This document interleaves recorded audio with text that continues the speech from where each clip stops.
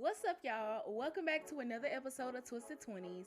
This is a podcast dedicated to reminding you of your God-given purpose through personal testimonies, trials, and personal revelations. I believe that each and every single one of us was created with a purpose, for a purpose, but it is up to us to align with it. I'm your host, T. Louise, and I am so excited for today's episode. I know I say that every episode, y'all, but I literally be excited to do this podcast. I really and truly believe that God has allowed me to go through certain situations, certain trials, just so I can have this podcast and impact other people's lives. If you guys are watching me on YouTube, welcome in. Make sure you guys hit that subscribe button so that you guys stay up to date with all the new Twisted 20s episodes, as well as other I Am T. Louise content as well. I am just so excited to be on YouTube. Let me rephrase that. I'm excited to actually be obedient to God. If I'm being honest, I have not been obedient to God when it comes to really like going in on content. I'm still starting out a little slow. So right now, every week, the only videos that I'm posting right now are Twisted 20s, but I am hoping to start a more consistent upload time frame for YouTube so that I can really focus and narrow in on my content creation.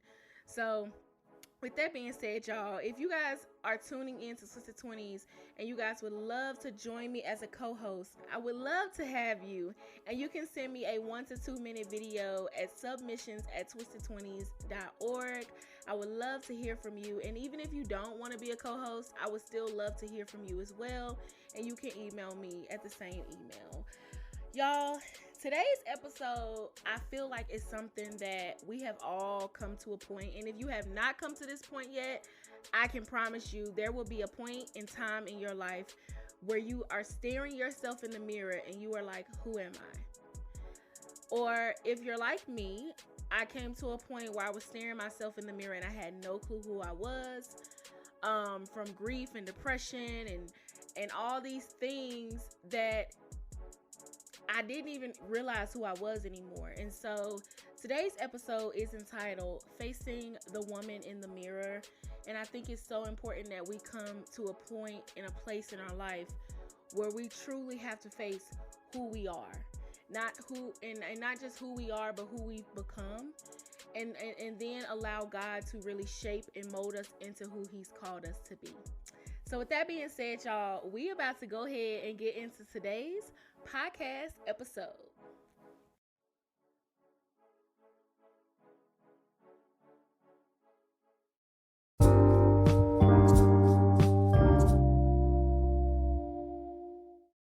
So as I start this episode off, I want you to really think about how you see yourself. Because I feel like at some point in time, it's going to come a point in our life where we're looking in the mirror and we have no clue who we are.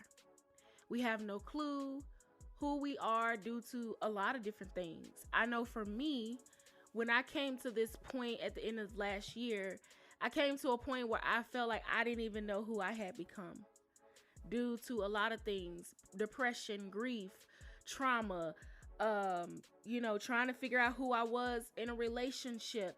It's a lot of different aspects that took place that had me feeling like I didn't know who Louise was. And I'm not coming on here to tell y'all it's an overnight process. I'm not coming on here to tell you I have it all figured out. It is still a constant battle. It's still a constant struggle for me to constantly remind myself of who God says I am, to remind myself of how God sees us. And I think the reason why it's so hard, is because so many of us see ourselves based off of identities that other people have given us. Our trauma has given us, our past mistakes have given us, our family members have given us, mama and daddy have given us identities. And we see ourselves from that perspective. We see ourselves from that identity. And for me, growing up, I was a very troubled child. Like, very troubled child, okay? Like, literally, I was bad, run away from home. I was a thief. I was a liar. And I remember, and God just literally brought this into remembrance as I'm talking about this. I remember one time, and I'm not gonna say which aunt, it was, just for the purpose of the episode. But I remember one time as a child, we were at a family function, and my aunt literally put her purse away. Like, she was literally terrified that I would steal from her. And even as I got older and I became, older, and I wasn't a thief, I still had that identity attached to me. It was something that I didn't let go of. And if you guys have not heard my tainted identities episode, you guys really need to go listen to that, because that particular episode, I promise you, is tied to everything that I am saying today in this episode. That identity that she gave me that day, that identity that my family gave me, instead of teaching me it's not right to steal, instead of teaching me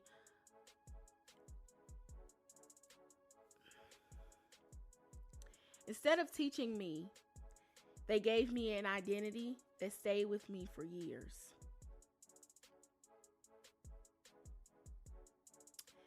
Instead of telling me, Louise, that's not right, instead of helping me, they assigned me an identity. That identity stayed with me for years. I've talked about this before. When I was in elementary, and I was so excited. I came back from summer break. My favorite color's pink. I had I'm a Big Sister t-shirt. And if I'm being honest, I was not even fat or big. I was slightly chunky. But there was a kid in my class who decided to make fun of me. And he said, "Yeah, you are the big sister, fat girl." Those words cut me to my core. But guess what? He gave me an identity. I became the fat girl. I literally saw myself as a fat girl because someone else said I was. Because at that point, if I'm being honest, I never thought I was fat. And from there on, that identity stayed with me. I always saw myself as a fat girl. So much to the point I literally became a fat girl, if I'm being honest. There are other examples that I can give. I don't want to ponder too much on that. If you guys would like a more, in-depth explanation of tainted identities, you can listen to the episode. But I just wanted to touch on that just a little bit, because I think it's so important that we understand that people will identify us based off of what they think they know about us, our traumas, our past. And then we take on these identities. And then when we look in that mirror, we don't even know who we are. For me, it was different though. God had me do like this writing exercise. He wanted me to write down everything that people had said to me that caused me to see myself in a way that he did not see me. And when I started writing down all these different scenarios, I mean, even my own grandmother had me view myself differently. From, every time I would walk in a room and she would say, "Ooh, you need to start walking." It's just like different things that she would say, like little slick comments about my weight. It never made me feel better about myself. It always proved exactly what someone else said about me the day that I received the identity of a fat girl. I hope this is making sense to y'all. I was reading my Bible last night, and I'm starting from the very beginning. So I'm in the book of Genesis. And I think I have finally, and I'm pretty sure it's a little early on to say, but I think I have found one of my favorite Bible characters. Right now, I am currently reading about Joseph. And the reason why I say Joseph is probably one of my favorites is because Joseph, he knew who he was. He knew who he was. God gave him dreams. He gave him visions. And he never wavered from what God showed him. Even when his family wanted to label him. Even when his family wanted to give him an identity. Even when his family didn't believe in him. Even when his family didn't support the vision and the dream that God had given him. I mean, they sold Joseph into slavery. They literally were plotting and planning to kill this man because he had a dream, because he had a vision. In reality, they were jealous that Joseph had a dream, had a vision, and that he was actually going to be in the place that God was going to call him to. Which was, of course, Joseph was ruling stuff, okay? His family ended up having to come to him for crops and goods and all those things. Just imagine your family don't support you. They throw you into slavery. They was plotting to kill you. Your own brothers. And then they got to come to you for some crops, for goods. And the reason why I like Joseph is because he always saw himself the way that God saw him. Even when he was in prison. I mean, literally, if y'all read the story of Joseph, last night I was really talking to God. I was like, God, my man Joseph got thrown into prison. God was with him every single step of the way. Literally, my man was thrown in prison, and then he got authority over the people in prison. Like, this is what I'm saying. What I'm saying is, what I am trying to say, I say all that to say is, never waver. Never forget how God sees you. When God gives you a vision, when God gives you a plan, an idea, a promise, when God tells you how he sees you, never forget that. I remember when God told me who I was. And this is why I say it's always a constant battle, because your flesh will always want to revert back. And I will give y'all some key points at the end, how to constantly remind yourself, stay in the constant reminding of who you are and who God has called you to be. Something Jerry Flowers said, I love Jerry Flowers. If you guys don't know who Jerry Flowers is at this point, you guys are living under a rock. Like, seriously, everybody should know who Jerry Flowers is. Redefine TV. Like, I will shout Jerry out every episode I can if I'm talking about something that he said, because he has been so impactful to my Christian walk with God. And he said it. He said your parents are your first teachers. He said your parents are your first representation of God. And when he said that to me, it was like, wow, it makes sense that so many of us struggle with our relationships with God, because a lot of us have struggled with our relationships with our parents. Our parents don't understand us. They don't hear us. They force these identities on us that are not who we have been called to be. They don't hear us. They overtalk. They don't allow us to express who we are, which makes it harder for us to express ourselves to God, to simply just open up and say, God, I'm hurting. God, I'm in pain. God, I'm fearful. God, I don't want to do this, but I don't know how to do it, but I want to be obedient. Some of our parents have literally put us on mute. And that is how we treat God. And this is not how I expected this episode to go. Honestly, I literally have like all these points that I wanted to talk about, but I feel like God is truly taking over this episode. I think it is truly time for us to really face ourselves and look in the mirror and say, who am I? Who am I? Who has God called and created me to be? And if you don't know that, I've talked about this before. I have said this before over and over and over again. You need to ask. I say this in my intro. I believe that each and every single one of us was created with a purpose, for a purpose, but it is up to us to align with it. I wholeheartedly believe, and I mean that when I say that. Because it is so many people in this world killing themselves, addicted to drugs, wanting to numb the pain.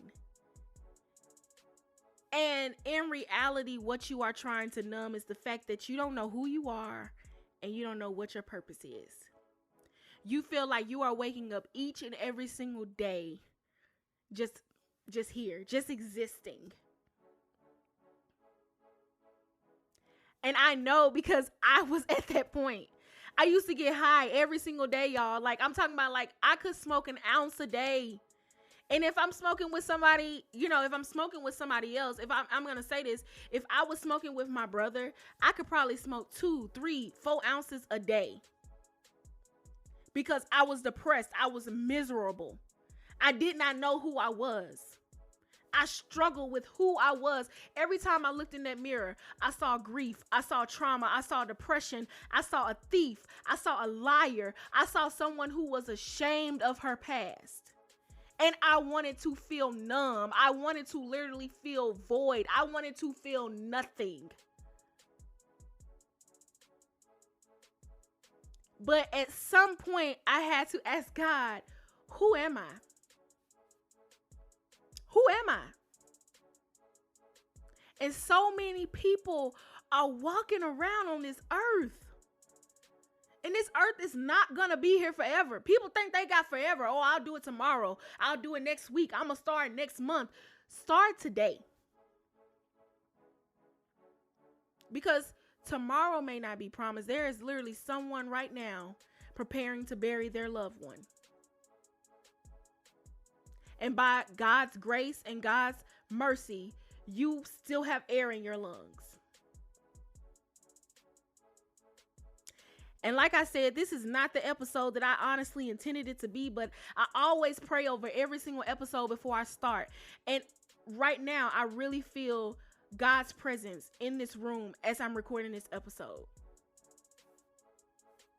Because he really and truly wants his people to know who he has created them to be. There are assignments that he needs for you to complete. There is a purpose that he has for you to complete. And so many of us, even people who claim to be Christians, still don't know who they are. So many of us. I love God. You don't love God? What's wrong with you? Okay. So many of us screaming, Christian, Christian, Christian. I'm a Christian. I love God. I love God. And we still don't know who we are. We still stuck in our old identities. What people fail to realize is when you become a Christian, you become a new creation in Christ.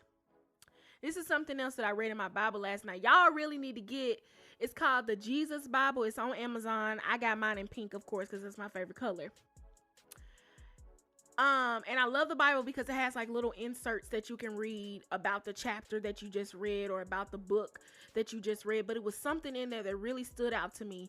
And it said, when you become a part of Christ, you are given a assignment to God's redemptive mission or God's redemptive purpose. I can't remember word from word what it said, but it was something like that.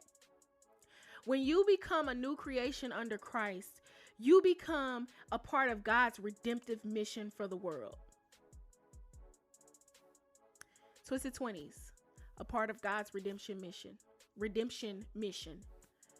It's a part of God's purpose to call his people back, to get his people to know what their purpose is, to get his people to understand who they have been called to be. And once again, I will reiterate, this episode is not what I had planned for it to be. I literally have a ton of notes. But God came in and he said, this is what I need you to say. We do not see ourselves the way that God sees us. And because we don't see ourselves the way God sees us, we're moving in stagnation. We are not being obedient to what he's called us to do. We are fearful to do what he says we need to do. We don't believe we deserve what he's called us to. Plenty of y'all have gotten dreams, visions, and everything. And you don't believe that God can fulfill that because of how you're seeing yourself. It's just as simple as that. And I know saying it is so much easier. You know, saying it is easier than done.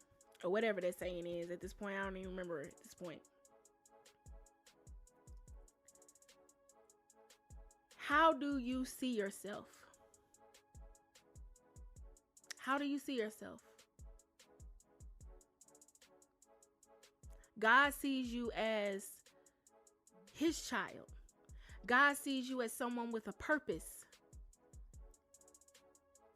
And you see yourself by your mistakes, your false identities, your past, your shame, your guilt. And it won't allow you to move forward in what God has called you to. I'm going to give you 3 things that you can implement today so that you can change your perspective of yourself. And I think God has really been like narrowing in on perspective. I think that 2023 episodes, I really see majority of the episodes going to be about changing the perspective of how we see ourselves, how we see God, how we see the world. We have to change our perspective. And the first thing we have to change perspective of is ourselves.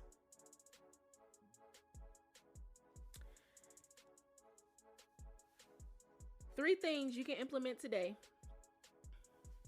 3 things you can implement today to see a change in perspective of yourself. Number 1 is putting your negative thoughts under captivity.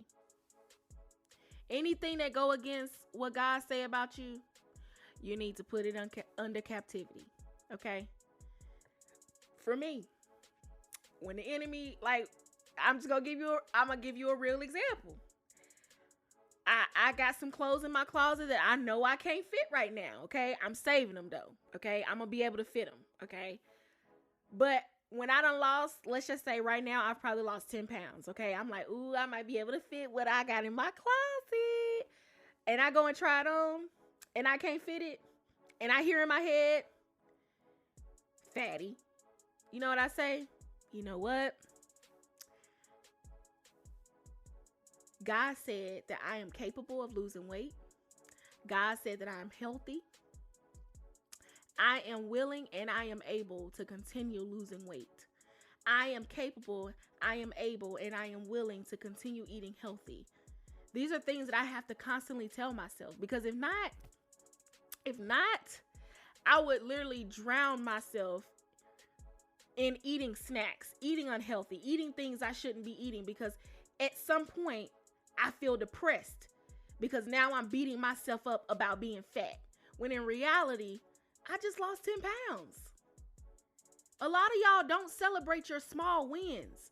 You think that you can't celebrate until you reach these huge milestones. Baby, if I lose a pound, I'm celebrating. Okay? If I lose 2 pounds, I'm celebrating. If I lose 3 pounds, I'm celebrating. Because guess what? I'm 2 to 3 pounds lighter than what I used to be. So start taking those negative thoughts that you're thinking about yourself and putting them under captivity. Number 2 is Speak God's word over yourself. When God tells you who you are, speak that over yourself. I'm serious. Babe has like a little sticky note by the mirror in the bathroom of things that, you know, God has said that he's gonna do. If you have to do that, do it. If you have to write down on a sticky note what God says about you, and every single morning while you brushing your teeth, washing your face, if you have to do that every single day until you constantly remember it, constantly and constantly and constantly get it in your mind and change your perspective of yourself, do it. Number 3 is ask God for clarity and understanding of how he sees you and who you are, who he says you are. My favorite song, I will not say like right now, but like it's probably in my top 5, is Man of Your Word by Maverick City. Okay, I'm a Maverick City fan. I love Maverick City. Right now, I'm actually like on like this constant rotation of House Fires. If y'all have not heard that song by them, if I could have anything, oh my God. Oh, that song just touches me every single time I hear that song. If I could have anything. Anyway, God is a man of his word. So what he says about you is what he says about you. If you have to repeat that over yourself every single day, do it. Ask him, who am I? Who have you called me to be? I have said this before. I really have. I've said this over and over and over and over in previous episodes. But I want to reiterate. Is it reiterate? I think it's reiterate. What is it? Okay, anyway, we're not going to ponder on that because I don't know at this point. But I want to remind you yet again that what God says about you is what he says about you. It's how he sees you. Stop allowing these identities that people have given you to blind you from the fact that God sees you differently. I also have a prayer today. I have not given you guys a prayer in like a little minute, but I think the prayer that I really want, the thing I really want to focus on is really taking those thoughts under captivity. So my prayer for you guys today is, God, help me to take every thought under captivity that goes against who you say I am. Help me to face the person in the mirror. I really want you guys to really face that person. Face who you have been pretending to be. Because overall, that's really what we are doing. When we don't know who we are and we take on all these different identities, we are pretending to be someone that God has not called us to be. We are pretending. And I think for me, that's why I always felt like I had imposter syndrome. That's why I was so afraid to start doing content in the past, not now, but previously, I always felt like I was being fake because ultimately I didn't know who I was. And I had imposter syndrome, and I never understood why I felt like I was faking. And it was because when I would turn on the camera and I would try to record something, I was always becoming these different personalities, and it's not who I am. It wasn't who I was. And so I just encourage you to find out who you are. I encourage you to ask God who he has created you to be. Because I guarantee you it is not who you are right now. And if it is, I'm so proud of you, of being who God has called you to be. But if it's not, I encourage you to allow God to shape and mold you into the person that he has called and created you to be. Because I believe that each and every single one of us was created with a purpose, for a purpose, but ultimately it is up to us to align with it. I love you guys. Peace, love, and blessings. T. Louise.